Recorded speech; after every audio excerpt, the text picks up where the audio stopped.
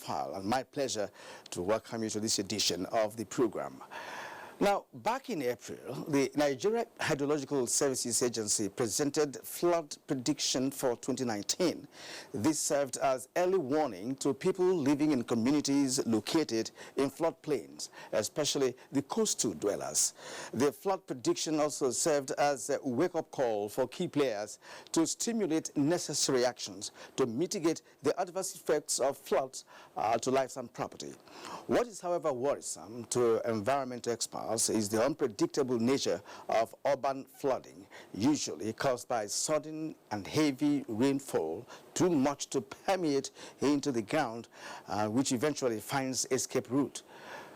Well, much of urban flood disasters is linked to climate change, widely blamed for upturning certain predictions. But be that as it may, flood forecast by the Hydrological Agency indicates a high probability that 74 local government areas will witness high flood risks. Many states, including the FCT, will experience different levels of flooding.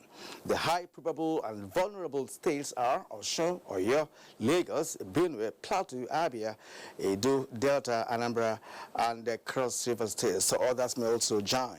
Tonight on this show, we will examine the nation's preparedness to mitigate the impact of the predicted flooding in Nigeria in 2019. What should be the rules of players or planners and policymakers at both federal and state levels in the actualization of adequate mitigation actions and programs? Does any synergy exist between relevant authorities and that of the riparian countries of River Niger and Benue for the control of the release of water from dams?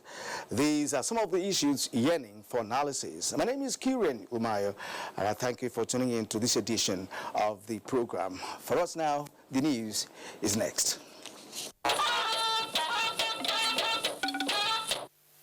The federal government has adopted a data-driven decision-making system for all ministries, departments, and agencies to fast-track national development.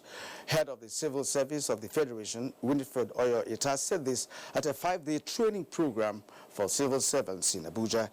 Deborah Brooklyn Sunday has that report. Investigations have shown that most ministries, departments, and agencies work with estimated data for decision-making.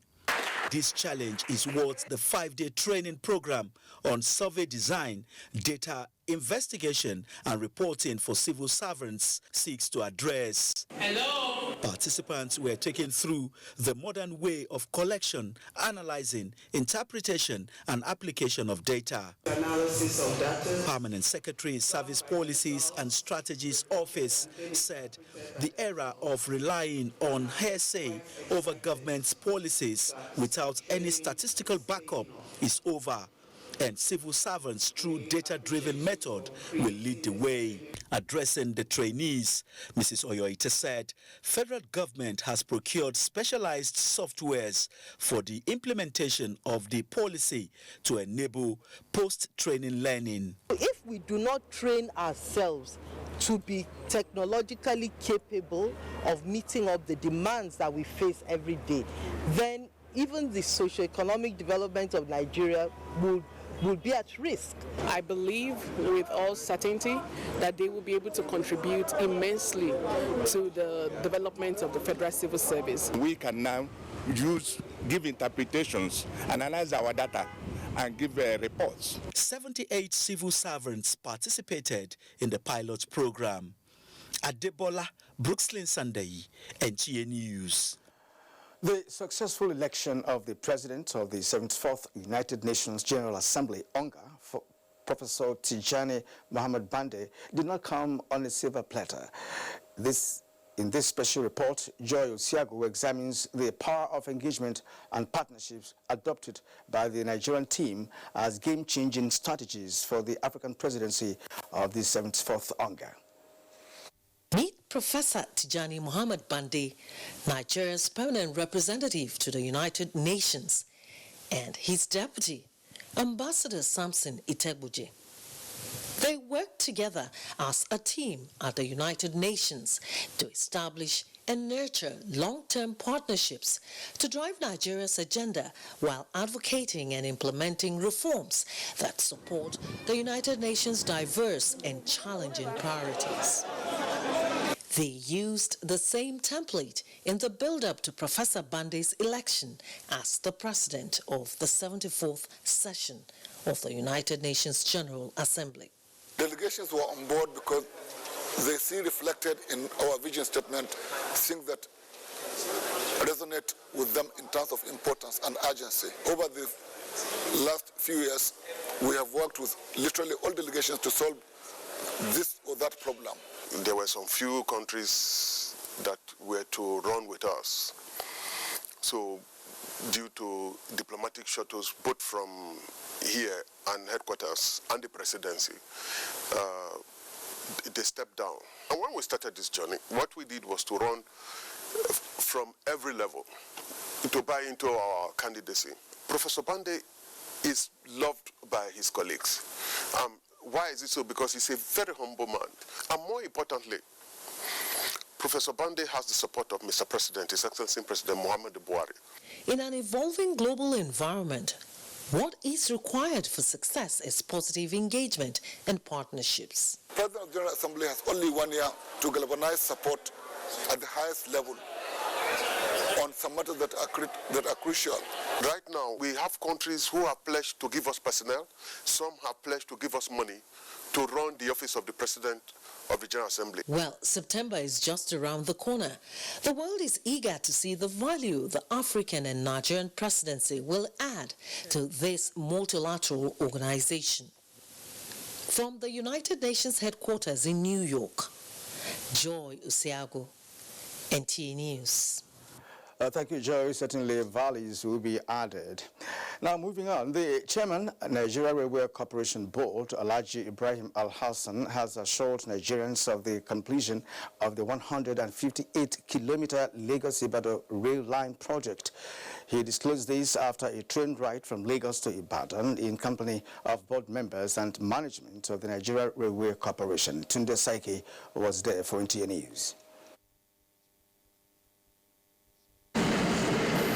The monthly inspection of the Lagos-Ibadan Railway project, which was hitherto supervised by the former Minister of Transportation, Rotimi Amechi, had the chairman of the board on the saddle. Following a hitch-free ride from Iju, Lagos State to Ologweru in Ibadan, Oyo State, the chairman commended the contractors handling the project for the progress of work. He said over 153 kilometers of the railway track on one lane have been covered. He disclosed that the remaining 4 kilometers will be completed in the coming week. The second track stopped at 140 kilometers mark. And I believe by the end of July, both tracks will be at the Ibadan station. We want to complete this as quickly as we can so that other ancillary services could continue. The managing director of the Nigerian Railway Corporation, Fide Tokiria, said some of the challenges holding the Lagos Axis is being handled effectively and its completion will be made soon. The Keja end, the Eldorado end, we have found solution to it. The flour mill to the port, we have found solution to it. Then there are places we have generator at Oshodi. They already removed the generator. Officials of the corporation says when the Lagos-Ibadan road project is completed, the Ibadan-Kano project will take off later in the year. In Lagos, Tunde Saiki, NTA News. Now, the presidency has welcomed the report of the European Union on the 2019 general elections in Nigeria, promising to analyze it fully and act on the recommendations. A statement by the Senior Special Assistant to the President on Media and Publicity, Garba Shehu, notes that the EU observers had been invited to the country by the Independent National Electoral Commission, INEC, and welcomed by the government of President Muhammadu Buhari. This was a clear indication of the administration's good intentions, commitment to a pure democratic process, and desire to improve for the next elections. According to the statement, the EU also noted that there were marked improvements from previous elections, although stating that more work needed to be done. It states further that the administration of President Muhammadu Buhari will work with all Nigerian citizens, state institutions, parties, civil society organizations, the media, and other experts to make sure that the improvements recommended by the EU are implemented and that these areas of concern are addressed. Individuals or groups dealing with child-related cases in Nigeria can now access uniform, adequate, and reliable data as the National Child Protection Information Management System comes on board. This was put together by the Federal Ministry of Women Affairs and UNICEF. Momso Damian Dati reports. Asmau Benzislio works with the National Emergency Management Agency. She is one of the 30 trained persons from different ministries, departments and agencies on operational relevance in child protection data and interventions.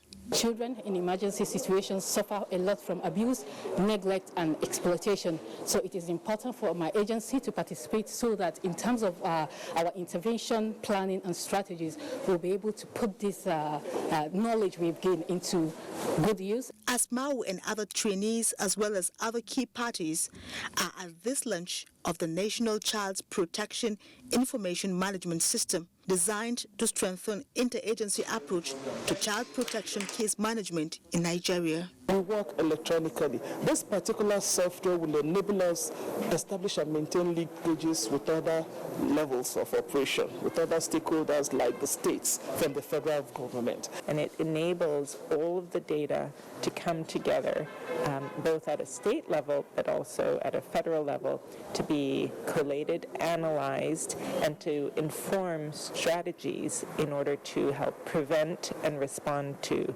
violence against children. Protection issues of education, protection issues of health, protection issues of nutrition, a whole lot of issues of protection are packaged in the CPIMS. The formal inauguration of this office in the ministry indicates a change in the old narrative. Momso Damian Dati, NTA News. A renewed effort is on to eradicate street begging, popularly known as almajiri in northern Nigeria, with a resource center for human rights and civic education leading the advocacy. Ruth Agole reports. It is a common norm to see uncared children begging for food on the streets, with no parental love, education, clothing, and other basic requirements. These children are usually referred to as almajiri, which is prevalent in the north. Advocates see this as abuse of child rights that has exposed hundreds of these street children to dangers and to societal ills. Now, the Resource Center for Human Rights and Civic Education is collecting data on almajiris in northern Nigeria with a view to curbing the trend. We recognize there have been a plethora of interventions at state and non-state level aimed at addressing the issues of almajiri in northern Nigeria. This mindset informed the design and implementation of this project of combating forced child begging in Nigeria. It is the belief here that reforming the almajiri system can be achieved through a collective responsibility and active participation of all. Nobody is against giving these children religious education. It has to be regulated, it has to be controlled. Everybody must be involved. Civil society has to come in with issues of accountability, and then of course donor groups and international community also has to come in. Experts believe the time to act is now. In Abuja, Ruth Aguela, NTA News. Well, let's switch to security matters. Chief of the Air Staff, Air Marshal Sadiq Abubakar, has warned officers and men of the Nigerian Air Force not to allow themselves to be used by disgruntled elements to undermine national defense and security. The Chief of the Air Staff gave the warning at the combined graduation of Regiment and Force Protection Air Personnel in Kaduna. Suleiman Abdullahi Rigachikum reports. A practical display of operational capability by 611 graduating students, comprising 34 students of the Basic Regiment Officers Course, 35 Advanced Regiment Airmen Course, 542 students of the Basic Regiment Airmen Course, and 151 air police force trained on force protection and complex air-ground engagements. Our pragmatic approach to training has improved our capacity to secure our bases as well as critical national assets and infrastructure, while at the same time improving the capacity of Nigerian Air Force to respond to national emergencies and crisis situations. Chief of the Air Staff Air Marshal Sadiq Baba Abubakar acknowledged the proficiency of the graduates in the protection of air assets and national security. He warned officers and men of the Nigerian Air Force not to indulge in acts capable of undermining national security. We will be operating at a time when our nation is facing numerous security challenges. We must therefore remain disciplined, vigilant, and always guard your utterances and conducts. Also, you must not allow yourselves to be used by disgruntled elements in the society to further their aims and objectives. Total of 2,872 force protection cage personnel have so far been trained since 2018. In Kaduna, I am Suleiman Abdullahi Gachiku, NTA News. Leaders must make commitments towards alleviating poverty in order to reduce violence and crimes in the nation. This is the standpoint of speakers at the 4th National Ahmadiyya Muslim Jamaatul Islamiyya of Nigeria Symposium in Abuja. Aisha Obali reports that they also describe dialogue as key to addressing any kind of conflict. Violence and conflict have been major issues in Nigeria, and concerned groups have identified these factors as major catalysts and their unrest affecting many communities across the country. However, current efforts have been made to see how these issues can be addressed, and for this reason, men and women from the two major religions, as well as others like Hare Krishna, converge on Abuja to provide solutions to some issues of national interest. In line with the theme, religious tolerance and national peace, a collective responsibility, speakers said sincerity among religious leaders, God's consciousness, as well as love for all and hate for none, is imperative. If I want to follow the will of following a lot of universe, then I would strive to pursue well-being of all people, even at a sacrifice to myself. In technical terms, we say the problems are what we call syncretism. That is when we start mixing our culture, what have you, to religion. So in the final analysis, even the religion is distorted. And it's a beautiful initiative that I pray that God will continue to strengthen the Ahmadiyya mission. You know, it's a religious duty to respect the religion of others. The Quran says, do not insult their religion, so that they do not insult your own religion, your own God. That tolerance is a basic principle of all religions. It is a religious and moral duty which should not and must not necessarily mean compromise, lack of principle, or lack of seriousness. The symposium is part of Ahmadiyya's effort towards contributing to national development. In Abuja, Aisha Obali, NTA. Thank you, Aisha. Now, since the historic 2012 flooding in the country, attention has been directed at preventive mechanisms to mitigate flood occurrence. What are those measures, and how can they go? How far can they go? Find out from our correspondence report and the conversation that follows after the break. Join us again.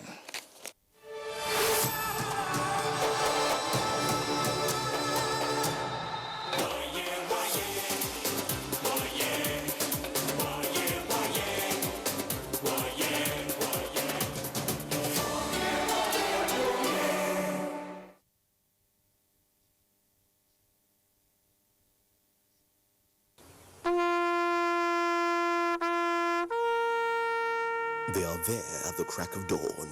They are there busy preparing while we rise for our day. They are there silently, guarding, waiting, listening, and watching. They are there ready in the sky above and the waters below, in the blistering heat of the day, in the dead of night, willing, indefatigable, determined in the defense of the sovereignty of our country. They are our first line of defense and our last. They who have paid the ultimate price in defending us. They are fathers and uncles. They are mothers and sisters and girlfriends and boyfriends. They are brothers and cousins and best friends and neighbors. They are classmates, colleagues, and citizens of this nation. They are our defenders and deserve our respect, our prayers, our thoughts. Nigeria, please support our armed forces. Enjoy the best of African football as NTA, Africa's largest television network and hotspots, Nigeria's foremost sports production and marketing company, bring you all 52 matches of the Africa Cup of Nations, Egypt 2019 live from June 21 to July 19, 2019. Yes, all 52 games will hit your screens in crystal clear digital quality. It's your guarantee of a memorable viewing experience and a wonderful cost-effective opportunity for corporate Nigeria to reach tens of millions of Nigerians. For sponsorship and commercial support, contact Abubakar on 0803-331-0175 and Felix on 0803-308-2375. Hot Sports, masters of the game. NTA, you can't beat the reach. Now time to bring in our correspondents. And we begin from Jigawa State, where there seems to be apprehension of a repeat of 2018 flood disaster.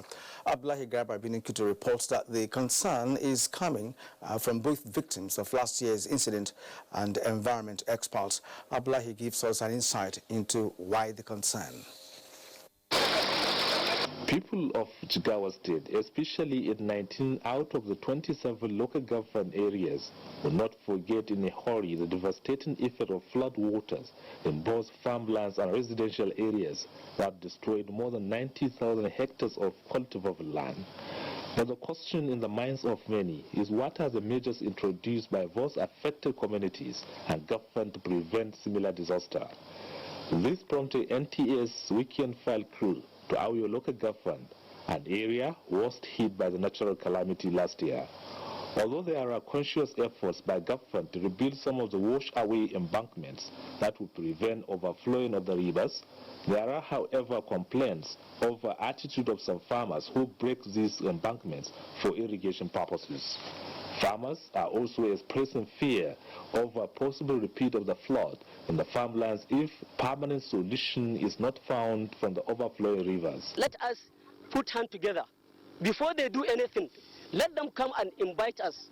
Let them come to find the people, the dwellers of the environment, to tell them the genesis, the places where brought this, which the flood take roots. Going around residential areas shows life has returned to normal for the victims of last year's flood disaster.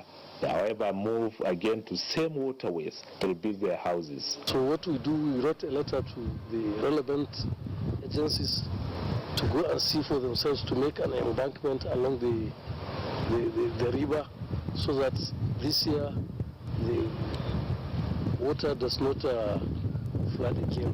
Environmental experts believe there is need for people to join hands with government by avoiding building on waterways and clearance of drainages to avoid recurrent flood disaster in Jigawa State.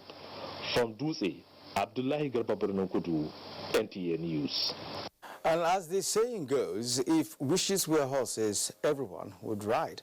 And that seems to resonate in Lagos, where if it were possible for those in flood-prone areas, they would wish away the rainy season. Well, we need not to overstress this symbiotic relationship between Lagos and flood. Jennifer Igwe takes us from here. Lagos, Center of Excellence. The state has a long list of flood-prone areas spread across low, middle-income and high-brow neighborhoods.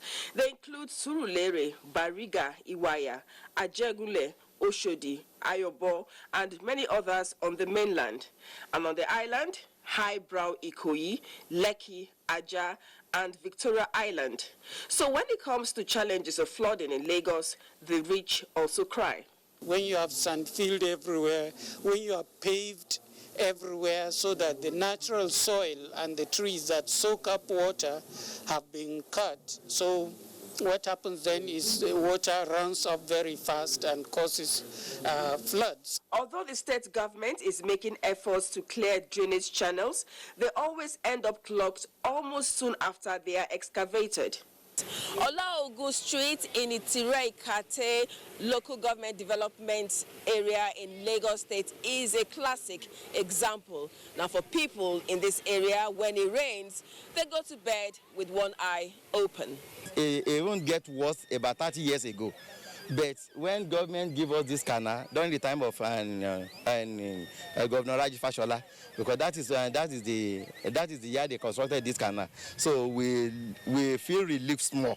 Swampy nature of the environment and gutters that do not connect and lead to nowhere are the cause of the flooding challenge in areas like Olaogun and its environs. The situation is compounded by indiscriminate disposal of waste that clog the few existing gutters. So even when the canal is free, rainwater never drains into it. The state government has advised those in flood-prone areas to relocate during the rainy season. Relocation could work for many in highbrow neighborhoods, but for those in low-income areas, it is a plan too fat for their lean purse. It's about money now. To go and get a house now is not very easy. Unfortunately, in spite of worries and challenges of those in flood-prone areas, more intense rainfalls are expected, going by predictions of climate change experts. In Lagos, Jennifer Igwe, NTA News. The scenario in Kogi is not much different, but appears to be more pathetic. Austin Anyebe reports that in the absence of alternative places, victims of 2018 flood have reverted to their former abode as flood water becomes imminent. The rainy season comes with blessings to the human race for many reasons, which include famine. But to some settlers in some parts of Kogi State, messing of rains is a nightmare. This is because it signals warning to them to begin to relocate. This has been the plight of thousands of households that live along the banks of River Niger and Benue, who have for years now been faced with flood disaster. NT News visited a settlement in Local Goma, a community devastated by flood in 2012 and 2018, and discovered that the people are back with normal life after spending months at the internally displaced camps in Lokoja. This is the case with people in other communities in Kutunkarfi, Garanja Village, Ibaji, and host of others in 9 local government areas of Kogi State. There's no peace of mind at all for us whenever there's a rainy season like this, so we're always scared. But why are you not thinking of moving to a better place? So, if we have the capacity financially. This is my house, I cannot leave it. To go and rent a house at another place in Okada.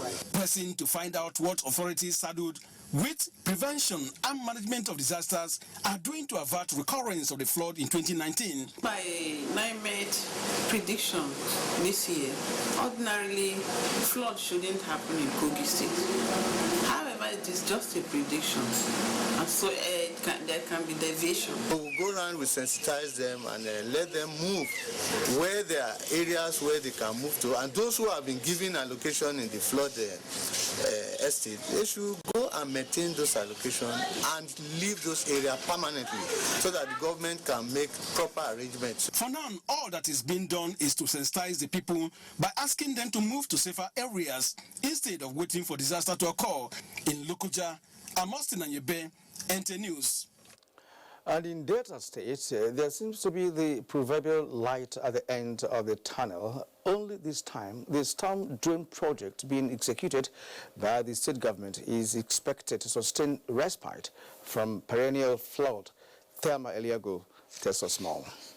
I was a victim of the floods of 2012. Apart from also being a victim, I was at the center of also managing the 2012 IDPs. I know so many medium-scale farming and large-scale farmers left farming as a result of 2012 floods. The first don't fall. You won't check the first water, don't cover everything. It destroyed cassava and plantain. Sights and sound of the nightmarish experiences of Deltons and other residents in the state, occasioned by perennial flooding, successive administrations from the national to the local councils, concerned authorities, and well-meaning individuals have always come to the rescue. Where do you want us to relocate? Leaving our entire place to go to where? Who will provide us the land to live? Who have been living here for many years and will continue to be here.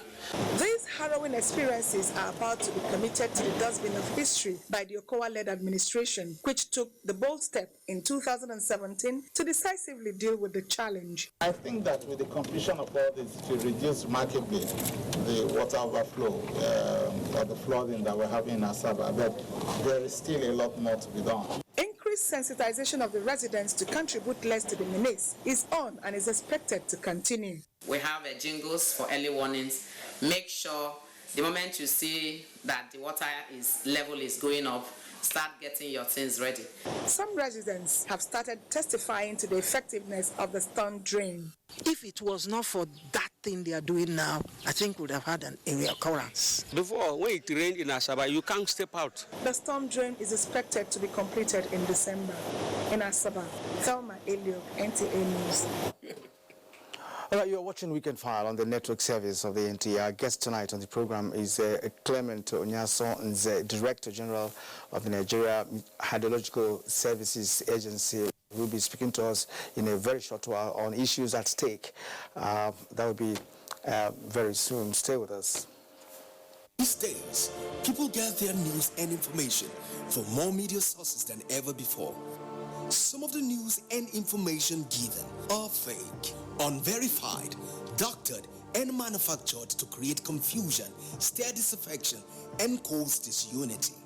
Before you believe or share any news, ask yourself, is this real? Is it from a credible source? Is it verified or verifiable?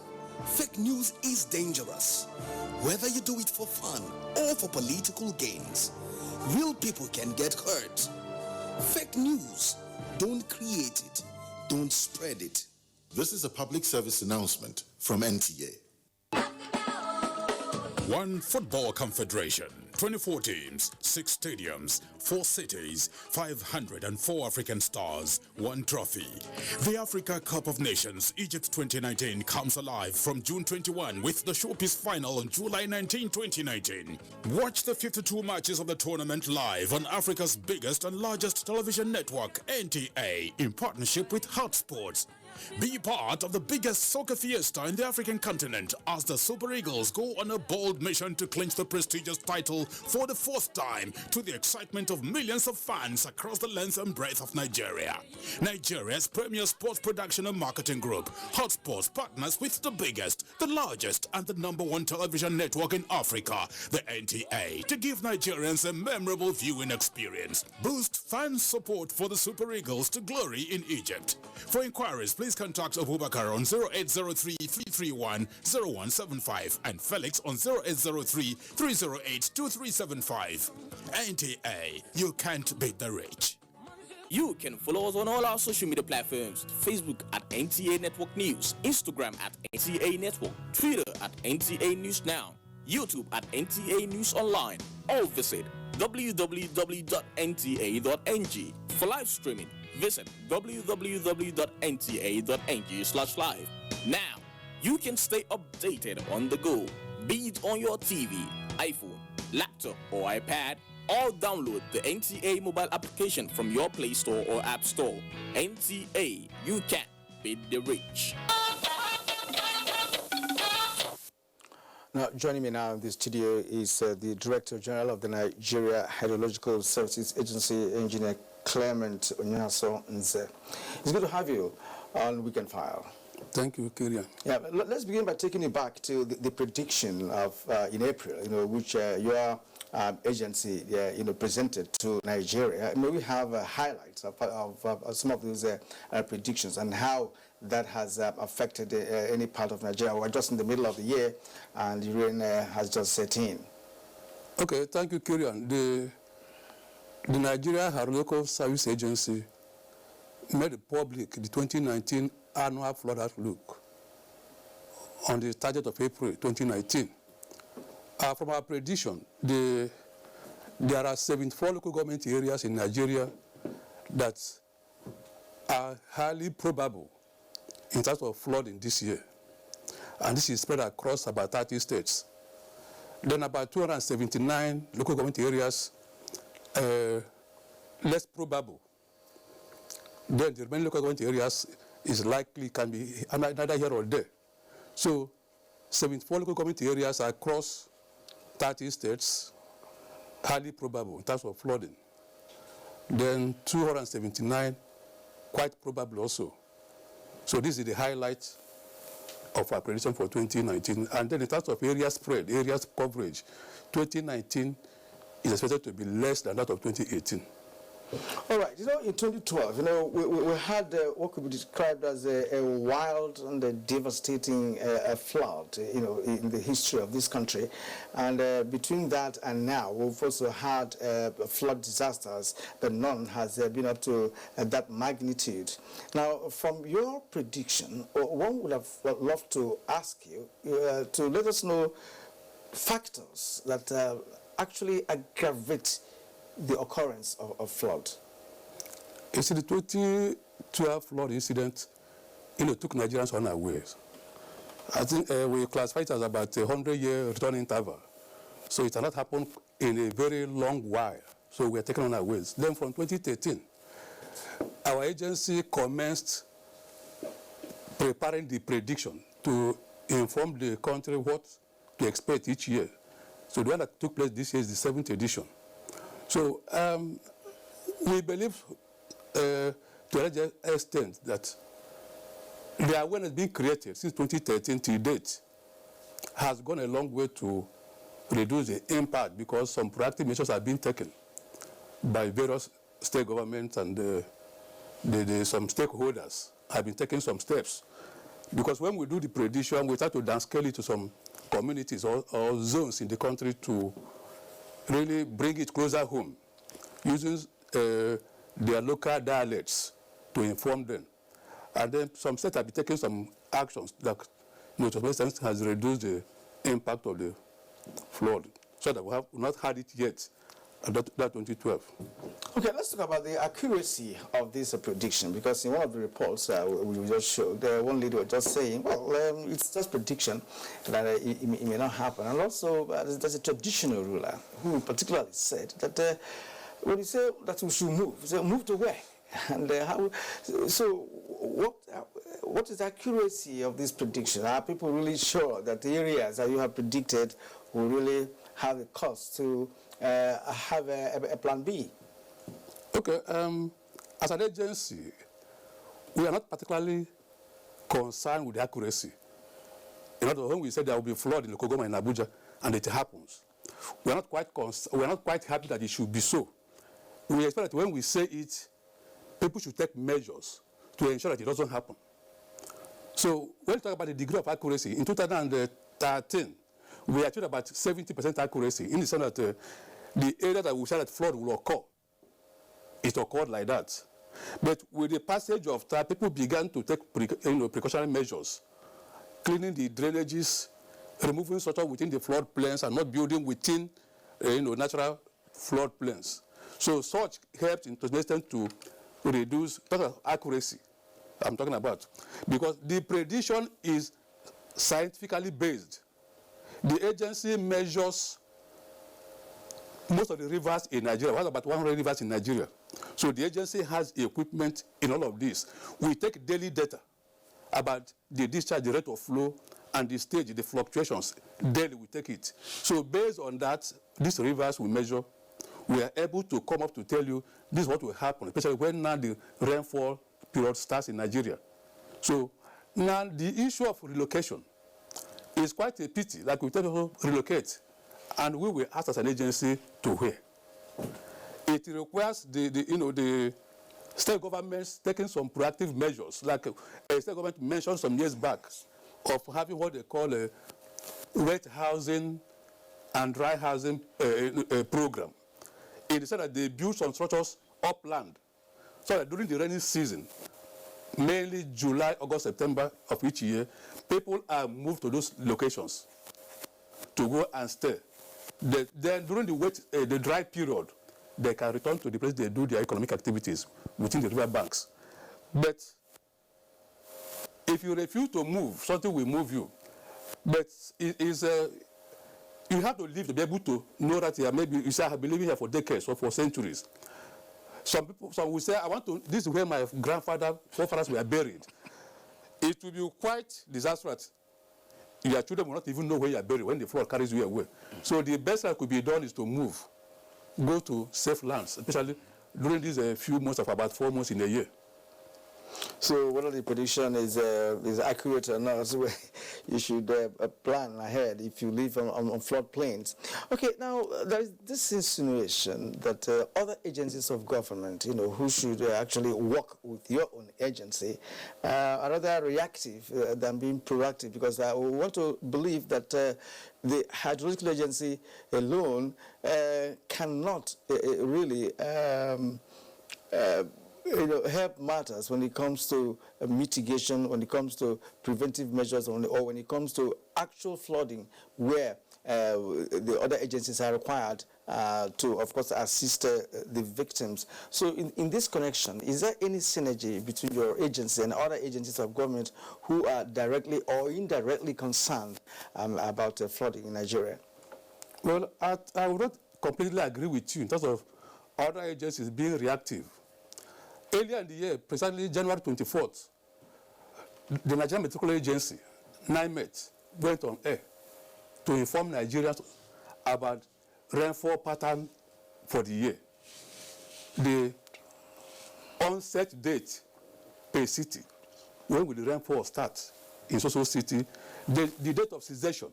So they came up with it and told us, Nigerians, this is the amount of rainfall you'll be expecting, precipitation you will expect in a year. So this is a first step. Then, following that, the Nigerian Hydrological Service Agency picked up from there, and also comparing other data we have to come up with prediction in April also, to ensure that there is early preparation. And when we are doing our prediction, making it public, we invite stakeholders. NIMET is there. NOA, we invite NOA, which has offices all over the country, so that they will also help to translate what we have spoken in certain languages to the grassroots. Since they have offices in 704 local government areas in Nigeria, NOA should have the capacity to disseminate this information. And then we'll also bring in the state SEMAs, state emergency management agencies. They are part and parcel of what we do to inform them early. In Nigeria, flooding often occurs mainly during the July, August, September months. But what that occur right away now is the one we call urban flooding, aggravated by lack of drainages and poor urban planning, people building within the water courses. So there is plans are being made early, being made available early, disseminated early. But the problem is whether people are taking precaution. Okay, thank you. Now let's talk about, you mentioned we have about 100 rivers in Nigeria. Now Benue and Niger often burst their banks, especially between the months you mentioned, July and October. And over time, this has caused serious flooding and damage in areas, in places like Kogi, Delta, Adamawa, and even Anambra State. Now, how can this be minimized? Is there any possibility of any mechanism that could minimize the overflowing of these rivers? Would there be better precautionary measure that would be physical, that could be taken, to prevent the overbusting of the blanks from affecting communities? Okay, these two rivers you mentioned, Niger and Benue, are transboundary rivers that cut across West and Central Africa. River Niger, for instance, took off from the Footajolan Highlands in Guinea, traversed about 4,200 kilometers before emptying into the Atlantic Ocean. That's the River Niger. So we cannot control what happens in Guinea, in Mali, Niger, Benin, before coming to Nigeria, or even Burkina Faso and Cote d'Ivoire that empty into River Niger. And then on River Benue, you have Chad, you have Cameroon. The water of those areas, they all converge, they meet in Lokoja. So Nigeria in Lokoja is the convergence of all these major rivers. Now, what could be done? Water is a very big natural resource, which in Nigeria we have it in abundance. We have been advocating that states through which these rivers pass should be able to construct some diversions, wherein they will minimize the rate of flow, they will impound this water, instead of Nigeria losing over 200 billion cubic meters of fresh water annually into the Atlantic Ocean, which you don't recover. Annually, we lose it. Annually. Now, on River Niger, we are safe to some extent in the sense that we have Kainji and Jeba dams. And as an agency, we monitor whatever is happening right from Guinea. There's a collaboration within the Niger Basin Authority, 9 member countries. So whatever is happening in any portion of River Niger or River Benue, we have information about it. But the much we can do as an agency is to inform maybe the dam operator in Kainji. This is the volume of water that's coming into your dam. We tell you what you should do. But unfortunately, on the River Benue axis, there's no dam on the Nigerian portion. That is why if Cameroon should release water from the dam, we are at the mercy of whatever is coming from there. Nothing we can do. So if we states can begin to build, I keep advocating that we should build small dams, especially within the tributaries of River Benue. You have Donga is there. Yes, we have one in Kashimbila Dam on River Kasinala. Kasinala produces about 25 to 27% of the volume of River Benue. So it is a dam, River Kasinala is dammed. So we can regulate the rate of flow into River Benue. Donga is there, Taraba, Gongola, so many of them. So if states can build small dams within these tributaries, we will reduce what is coming into the main river that usually cause flooding. Then now, what about the issue of creating artificial lake, from the overflowing banks? Is it a possibility? That's what I mentioned earlier on. If you can divert, like in Abuja here, we have what we call Jabi Dam. It's an artificial lake. It's a diversion. States can take that step. This resource that is passing through your territory, can't you divert it at different points? Build a reservoir outside, which can now serve you year-round irrigated agriculture, which can go a long way to recharge the aquifer, the underground water. It can cool the atmosphere. If you go to Jabi Lake, Jabi Dam here, the atmosphere is cooled from time to time. The groundwater potential, the aquifer, the yield, what we call it, within Jabi was quite low before. But now, with that dam there, it has recharged the aquifer. So you can divert this natural flood passing through a territory, fresh water, and then begin to make use of it all year round. All right, thank you very much indeed. Of course, we're talking about people who live along the floodplains, especially the coastal dwellers. At this point in time, this period of the year, what would you be telling them to do at this point? Because the predictions have been made and presented. Like you said, it depends on if people will hearken to the advice from your agency and other relevant agencies, in this respect. So, what will you be telling them to do? The advocacy remains: people should relocate to higher grounds. There is under the Reserve Committee on flood relief and rehabilitation, some flood hostels have been built. Like if you go to Lokoja, there's a flood 2-story building, 2 of them there have been built. But often people don't go. It is only when they are caught, pants down, they now begin to move. So our advocacy remains that people should make plan B before the floods begin to come. Move to higher grounds. Africans know how to take care of their neighbors or their relatives. You can move to your brothers or your sisters in relatives' houses and stay for the time being until this season passes. So state government should be able to provide, or should try to provide, safe havens for their citizens who are living habitually within the floodplains. So that it has a period, mainly between July, August, and September. Maybe give October, it will be over. I was at Abuja last year. It was about 100% submerged. Abuja is in Lokoja. So what can you tell those people there? Yeah, okay. Now, this is the final question, right? Now, you've done the predictions in April. Yes. But is there a kind of updating of this prediction as we move towards July, August, September? Will there be periodic or updated information with respect to flooding, so that people will now be aware? So this is about time. So if I'm moving, let me have a plan that could enable me save myself and my family. Yes. One, there's a publication we make weekly that gives you the scenarios about the flood in Nigeria. We produce it weekly. And again, the agency, we have by the 23rd of this month, we commence what we call sensitization program, moving from city to city as much as we can, the resources can afford us. We'll be visiting so many locations to still, downscale or cascade what we have said in Abuja. That is being released to them anyway from different sources, but we'll be going physically then to some of those locations that are quite prominent in terms of what we have predicted, to still inform them. Now, the other side of this issue, what has happened in Abuja and other locations, what we call urban flooding. They should begin to clear their drainages. Don't wait until it comes. People building within the floodplain, like some estate developers who try to maximize profit and then encroach within the natural floodplain. They should stop all those things and demolish the houses. All right. Well, we'd like to thank you so much for your insight and, of course, the advice you have given. We're at a very critical period, being the rainy season, and so it's better to take precautionary measures, as he has said. It's been great talking to you this evening on Weekend File. I have been speaking with the Director General of the Nigerian Hydrological Services Agency, Engineer Clement Onyasonze. Thank you. Thank you, Gideon. This is the Weekend File. We'll take a short break. When we come back, we'll be rounding off tonight's edition of the program. One Football Confederation, 24 teams, 6 stadiums, 4 cities, 504 African stars, 1 trophy.